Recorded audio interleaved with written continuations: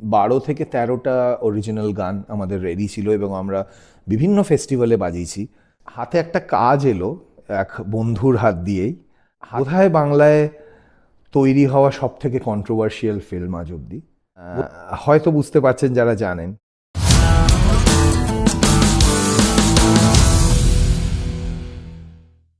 হুম, 2010-এ cactus ছাড়ার পরে আমি ফাইভ লিটল ইন্ডিয়ান্স বলে একটা ব্যান্ড জয়েন করি, মানে ইনফ্যাক্ট আমরাই ফর্ম করি। আমি, অ্যালেন, ক্যাকটাস থেকে বেরিয়ে তারপর ওদিক থেকে নীল অধিকারী, অর্ক মানে ডোডো, আর সন্দীপ মানে ক্যাকটাসেরই বেসিস্ট, মানে আমরা তিনজন বেরিয়ে ফাইভ লিটল ইন্ডিয়ান্স করি। আর সেই নীল আর অর্ক ছিল তো, এবং সেটার একটা খুব গভীর টান অনুভব করি বলেই এই র্যাডিক্যাল ডিসিশনটা নিই। সে গল্প আমি আগেও বলেছি, ক্যাকটাস কেন ছাড়লাম এবং ক্লাসিক্যাল মিউজিকের প্রতি আমার ভালোবাসা এবং সেটা নিয়ে কিছু করার একটা গভীর ইচ্ছে। আজকে দ্য সায়ক ব্যানার্জি স্টোরিতে গল্প বলবো একটা কন্ট্রোভার্সিয়াল ফিচার ফিল্মে আমাদের কন্ট্রিবিউশনের কথা নিয়ে। দেখতে থাকুন, আর সায়ক ব্যানার্জি স্টোরি এনজয় করলে ডেফিনেটলি সাবস্ক্রাইব করুন, শেয়ার করুন বন্ধু বান্ধবদের সাথে। এবং তার মধ্যে দিয়ে আমার জীবনের গল্প শুধু নয়, অন্যদের জীবনের গল্পও আমি বলবো, তাদের আমার ওপর ইনফ্লুয়েন্স সেগুলোও বলবো। আর সেই সময়কার বাংলা আধুনিক গান, ব্যান্ড মিউজিক, এগুলো নিয়েও গল্প হবে। দেখতে থাকুন the Sayak Banerjee story. Five little Indians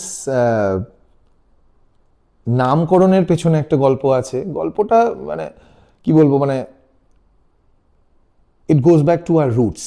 কারণ ফাইভ লিটল ইন্ডিয়ান্সের মানে ফর্ম হওয়ার পেছনে কারণটা ডেফিনেটলি যতটা নীলের সিঙ্গার সংরাইটার হিসেবে যে জোরটা, যে পাওয়ারটা, যে ইম্প্যাক্টটা, সেটার উপর বেস করেই শুরু হয়। তবে তার সাথে ক্লাসিক্যাল মিউজিক ব্লেন্ড করার যে একটা ন্যাচারাল সিমলেস পদ্ধতি বা মেথড বা হোয়াট এভার বলুন, ওই ফিউশনের যে জায়গাটা তৈরি হওয়াটাও একটা খুব বড় ইম্প্যাক্ট এবং কারণ ফাইভ লিটল ইন্ডিয়ান্স তৈরি হওয়ার পেছনে এবং নামকরণটার পেছনে।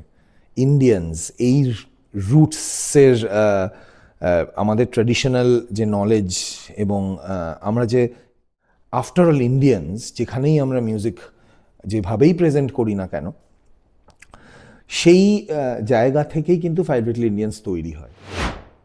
ফাইভ লিটল ইন্ডিয়ান্সে আমরা, যদিও আমাদের কোনো অ্যালবাম রিলিজ হয়নি, বাট আমরা অনেক অ্যাটলিস্ট 12 থেকে 13টা অরিজিনাল গান আমাদের রেডি ছিল এবং আমরা বিভিন্ন ফেস্টিভ্যালে বাজিয়েছি। ইস্ট উইন্ড ফেস্টিভ্যাল তার মধ্যে আছে, শিলং ফেস্টিভ্যাল আছে, হর্নবিল ফেস্টিভ্যাল আছে নাগাল্যান্ডের, যেটা কোহিমাতে হয় এবং ভীষণ বড় এবং খুব well curated best bands in India ওরা পারফর্ম করে। We were fortunate to be there as a guest band. আমার মনে আছে যখন আমরা স্টেজে উঠছি হর্নবিল ফেস্টিভ্যালে, এক তো আমরা নিজেরাই ভীষণ এক্সাইটেড এবং টেন্সড যে আমরা জানতাম আমাদের অডিয়েন্সের মধ্যে, এবং সে অডিয়েন্স মানে হাজার অডিয়েন্স আর কি, যে তাদের মধ্যে মিউজিক প্রেমী মানে সাচ্চা মিউজিক প্রেমীরাই শুনতে এসছে এবং they have come with an open mind and they have come from different backgrounds এবং ডিফারেন্ট টেস্ট ফর মিউজিক। কিন্তু ওই সবাই ওই উন্মাদনায়, ওই কি বলবো, যে নতুন ব্যান্ড শুনবো, নতুন মিউজিক শুনবো, সেই যে আইডিয়াটা, সেটা দিয়ে কিন্তু কানেক্টেড। তাই আমরা যখন স্টেজে উঠে সাউন্ড চেক, ছোট একটা সাউন্ড চেক আমাদের আগে করা ছিল, ফাইনাল পারফরমেন্স করার আগে যেটুকু লাইন চেক আর এগুলো করার থাকে আর কি, সেগুলো যখন করছি স্টেজে উঠতেই তখন শুনি সবাই আর কি একসাথে গাইছে, হাজার লোক। 1 little, 2 little, 3 little Indians, 4 little, 5 little, 6 little Indians, and you're like, okay, মানে এর থেকে ভালো অভ্যর্থনা আর কি হতে পারে। খুব চার্জড ছিলাম এবং দারুণ শো হয়েছিল ওখানে। তো সেটা তারপর শিলং ফেস্টিভ্যালে পারফর্ম করা এবং সেসব করতে করতে হাতে একটা কাজ এলো এক বন্ধুর হাত দিয়েই। সেটা হচ্ছে বোধহয় বাংলায় তৈরি হওয়া সব থেকে কন্ট্রোভার্সিয়াল ফিল্ম আজ অব্দি। হয়তো বুঝতে পারছেন যারা জানেন, সে ফিল্মটার নাম, সে ফিল্ম বহু অ্যাওয়ার্ড পেয়েছে এবং সে ফিল্মটা হচ্ছে, আমি জানলাম তারপরে যে the first film, feature film shot on a DSLR camera. পরে কিউ এর সাথে সেসব নিয়ে আলোচনা হয়েছে। হ্যাঁ, কিউ মানে কৌশিকের ডিরেক্ট করা সিনেমা গান্ডু, সেইটার মিউজিক ডিরেক্টর ছিলাম আমরা, মানে ফাইভ লিটল ইন্ডিয়ান্স। এটা অনেকেই জানে না এবং জানলে পরে আচ্ছা তাই নাকি, অনেক ভীষণ অবাক হয় এবং এবং তারপরে শোনা যে দেখ আমরা তো গানগুলো শুনি, গাড়িতে চালাই সব সময়, অথচ না জানতাম না যে তোরা কম্পোজ করেছিস। এটা অনেকবারই শুনেছি এবং আমার নিজস্ব অনেক কাজের জন্য আমার এই কথা আমি শুনতে শুনতে আমার অভ্যেস হয়ে গেছে যে ও আচ্ছা তুমি এই গানটা গেয়েছো। যাই হোক, সেসব তো আছেই, কিন্তু সেই গল্পটা আজকে বলি। তো আমরা রিহার্সাল করছি নীলের বাড়িতে, সাদার্ন অ্যাভিনিউতে,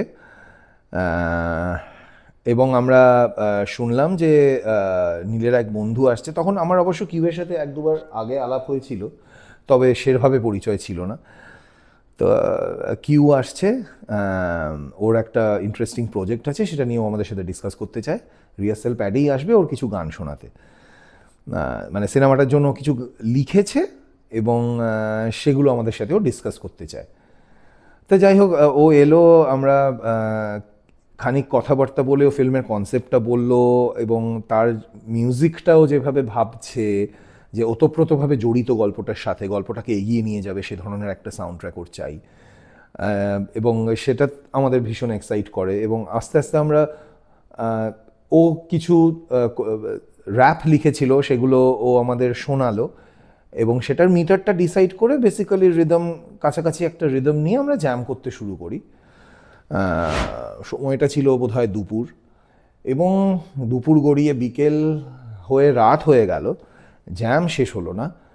এবং আমার মনে আছে 4-5টা গান তৈরি হয়ে গেছিল সেই সন্ধে, এবং তার মধ্যে ছিল, আমার মনে আছে ওই পার্টিকুলার হুকটা আমার মাথা থেকেই বেরোয়, সেটা হচ্ছে হরিহর যে গানটা আছে আর কি, সেটার কোরাস পার্টটা যেটা নাড়া নাড়া নাড়া নাড়া। তো এটা অ্যাকচুয়ালি তখন লেখা ছিল না ওর কোরাস হিসাবে, বাট জ্যাম করতে করতে আমার মনে হলো এর সাথে এর সাথে একটা বেশ কর্ণাটিক একটা ফ্লেভার যদি অ্যাড করা যায়। এবং কিউকে জিজ্ঞেস করি যে তোমার কোনো কথা আছে মাথায় যেটাকে রিপিট করা যায়? বলে হ্যাঁ, মানে গানটা যে কনসেপ্টের ওপর বেসড আর কি, যে মাস্টারবেশন, সেটাই হচ্ছে, সেটা রিলেটেড, সেটা সংক্রান্ত কিছু যদি করা যায়। তো নাড়া কথাটা নিয়ে আমরা বলতে বলতে বলতে বলতে বলতে সেটা একটা কর্ণাটিক ফিল চলে এলো গ্রুভটার সাথে, এবং তৈরি হয়ে গেল হরিহর এবং নাড়া নাড়া ওই হুকটা।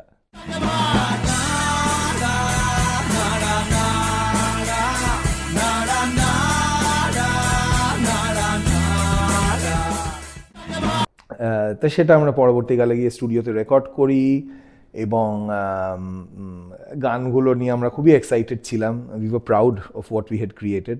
তারপরে আস্তে আস্তে গান্ডু রিলিজ হয়, বিভিন্ন ফেস্টিভ্যালসে যায়, না সরি রিলিজ হয়নি, তার আগে ফেস্টিভ্যালসে গেছিলো এবং ইউরোপের একটা ফেস্টিভ্যালে স্ক্রিনিংয়ের প্রস্তাব আসে। তার সাথে যদি লাইভ মিউজিক মানে ফাইভ লিটল ইন্ডিয়ান্স করতে পারে সেরকম একটা প্রস্তাব আসে। দুঃখজনকভাবে এই ফিল্ম ফেস্টিভ্যালগুলোতে, এবং সেটা এখনও সত্যি, এরা কিন্তু স্পন্সর করে না। You have to sponsor your own travel and visa. ওরা ওখানে থাকা খাওয়ার ব্যবস্থাটা হয়তো করতো, বাট তারা সেই সময় ক্যাকটাস ছেড়েছি এবং তখন হাতে সত্যি বলতে গেলে নিয়মিত কাজ নেই। সেই জায়গা থেকে আমরা সবাই ফ্রিল্যান্স করি প্রত্যেকেই ব্যান্ডে, এবং সেরকম টাকা নেই যে আমরা নিজেরা স্পন্সর করে একটা ইউরোপ ট্রিপ করবো। আপনারা জানেনই নিশ্চয়ই Europe trip is one of the most expensive TRIPS. তো সেটা আমরা সেই প্রস্তাবে সবাই রাজি হই না, এবং আমাদের জাস্ট এটুকুই দাবি ছিল যে যদি ফ্লাইটটা প্লিজ স্পন্সর করা যায়। যাই হোক, সেটা হলো না, ওয়ার্কআউট করলো না, এবং জানি না কিভাবে আনফর্চুনেটলি সেই সব কারণে ফাইভ লিটল ইন্ডিয়ান্সের আর ইউরোপ ট্যুর তো হলোই না, বরঞ্চ ব্যান্ডটা আস্তে আস্তে আস্তে সে কারণে একটা রিফট তৈরি হয়ে we went our own ways, ব্যান্ডটা ভেঙে গেল, আর ওয়ার্কআউটই করলো না। নীল সেই মিউজিকটা নিয়ে গান্ডুর সাথে ট্রাভেল করলো ইউরোপে, ফাইনালি পোল্যান্ডে ছিল আমার মনে আছে, পোল্যান্ডের কোনো একটা ফেস্টিভ্যালে ছিল। তারপর অ্যালেন ফসলস নিয়ে বিজি হয়ে গেল, এবং আমরা যে যার কাজে ব্যস্ত হয়ে গেলাম। অ্যান্ড খুব দুঃখ হয়েছিল তখন যে এর জন্য নয় যে ফাইভ লিটল ইন্ডিয়ান্স করবো বলে ক্যাকটাস ছাড়লাম, যেখান থেকে একটা নিয়মিত ইনকাম আসছিল, এবং আরও কিছু প্রজেক্ট করার কথা চলছিল, not because of that but because of it was created out of love, and আমরা সাস্টেন করতে পারলাম না। আমি কাউকে ব্লেম করছি না, বাট আমরাই নিজেরাই আইডিয়াটাকে নিয়ে আর এগোতে পারলাম না ফর ভেরিয়াস রিজনস। হতে পারে ওটাকে সাস্টেন করার মতো ইকোনমিক্স আমরা জেনারেট করতে পারছিলাম না, শোজ বেশি হচ্ছিল না, এবং নিজেদের আপনারা সবাই জানেন, যারা ব্যান্ড করেছেন বা তাদের সাথে যুক্ত বন্ধুবান্ধব আছে, তা আপনারা নিশ্চয়ই জানেন যে ইন্ডিপেন্ডেন্ট মিউজিক করাটা কতটা কঠিন আমাদের দেশে। তো সেই সব কারণের জন্য ওটা হলো না। যাই হোক, তারপরে গান্ডুর মিউজিকের জন্য মানে কি বলবো, অ্যাওয়ার্ড না হোক, বাট অনেক মানুষের ভালোবাসা, অ্যাপ্রিসিয়েশন পেয়েছি, সেগুলো ভালো লাগে। তবে সেই সব গানগুলো আর খুঁজে পাওয়া যায় না, এটা একটা দুঃখ।